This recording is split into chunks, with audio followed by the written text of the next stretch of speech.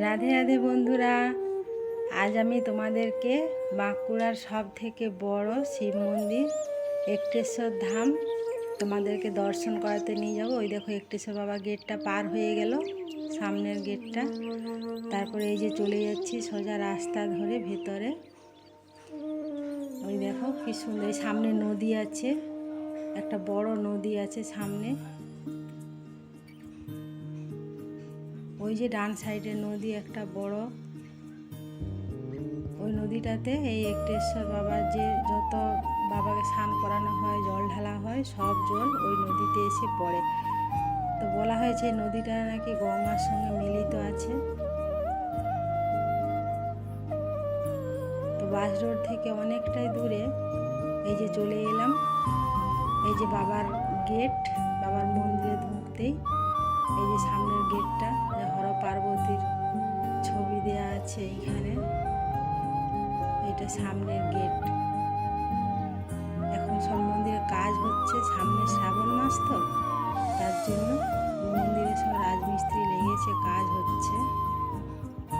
শ্রাবণ মাস আসছে সামনে, তাই জন্য। তো চলো বন্ধুরা, আস্তে আস্তে আমরা গেটের ভেতর দিকে যাই। এই যে গেটের ভিতরে ঢুকতেই ডান দিকে একটা মনসা মন্দির আছে। এই যে ডান দিকে একটা মনসা মন্দির।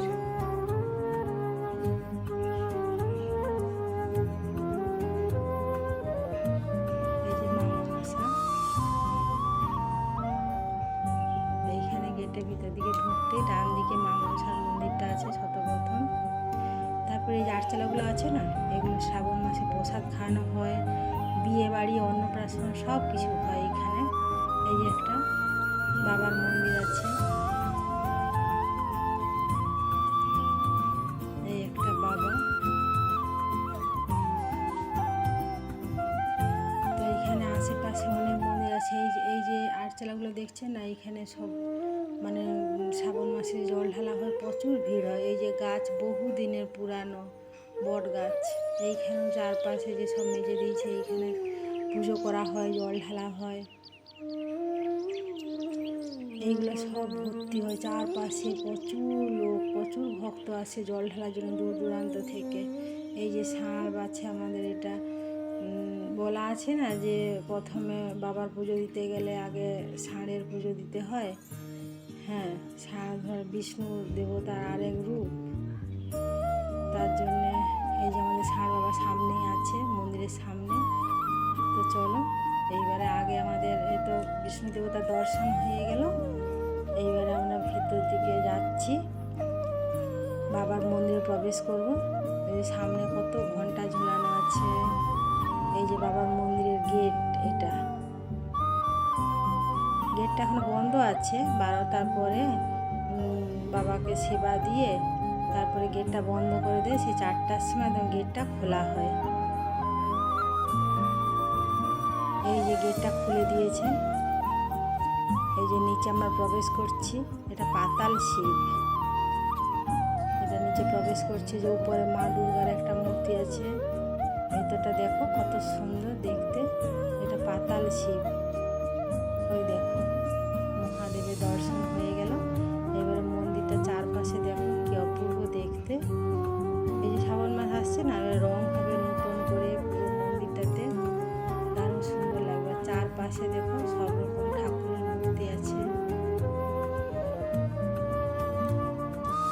এইখানে মা অন্নপূর্ণার মন্দির করেছে, একটা নতুন মন্দির, মা অন্নপূর্ণা আছে। এই যে মা অন্নপূর্ণা, এইখানে গৌরতাই আছে, মা অন্নপূর্ণা আছে ভেতরে। মন্দিরের চার সাইড এটা। এই যে মিস্ত্রিরা কাজ করছে, সব মন্দিরে কাজ হচ্ছে, রং হচ্ছে।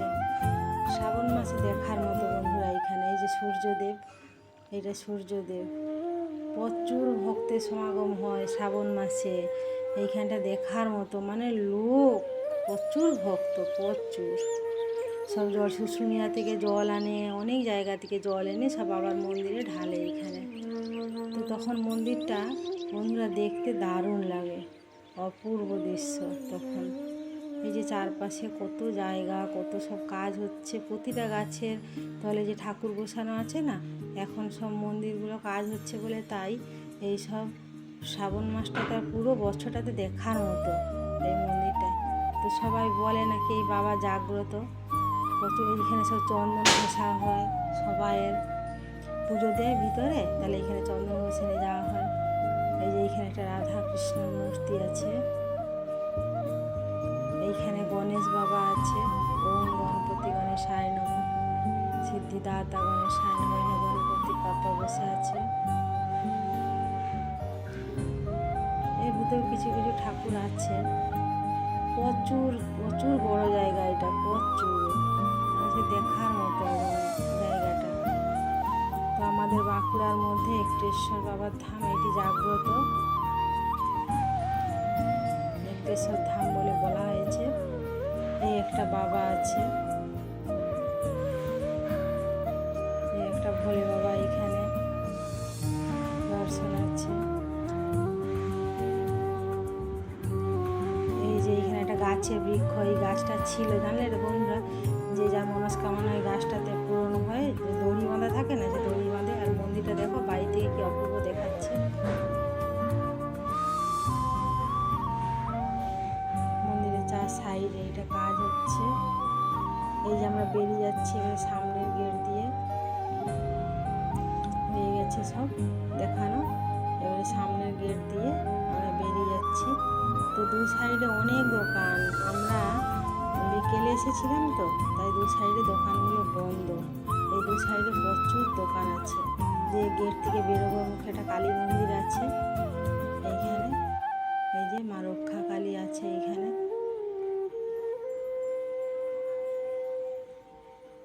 মা রক্ষা কালী, জয় মা কালী জয়। এটা মা রক্ষা কালী। তারপর চলো বন্ধুরা, এই যে আমরা যাচ্ছি এগিয়ে ঘরের বাড়ির দিকে রওনা হচ্ছি। আর এইটা আমাদের উঠতে হবে, যে ফ্লাইওভারটা আছে না, একটা ফ্লাইওভার আছে। তো আমরা এই রাস্তা দিয়ে যাচ্ছি ফ্লাইওভারটায় উঠে। এইটা আমাদের দুর্গাপুর রোড, এই ফ্লাইওভারটায় উঠছি আমরা।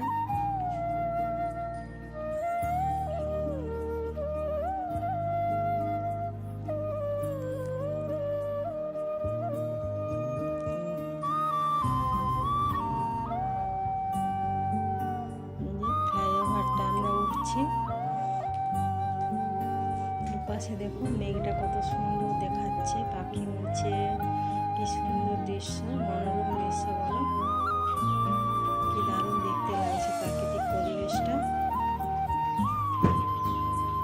দারুণ লাগছে দেখতে, খুব সুন্দর লেগেছে বলো বন্ধুরা। ওই যে মেঘ, কোথাও মেঘ কোথাও মেঘ নাই।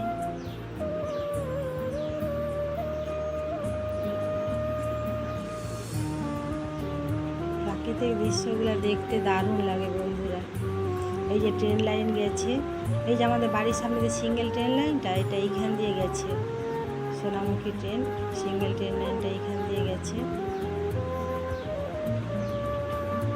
তো চলো বন্ধুরা, আমরা বাড়ির দিকে রওনা হচ্ছি আস্তে আস্তে। চলে এলাম এই ফ্লাই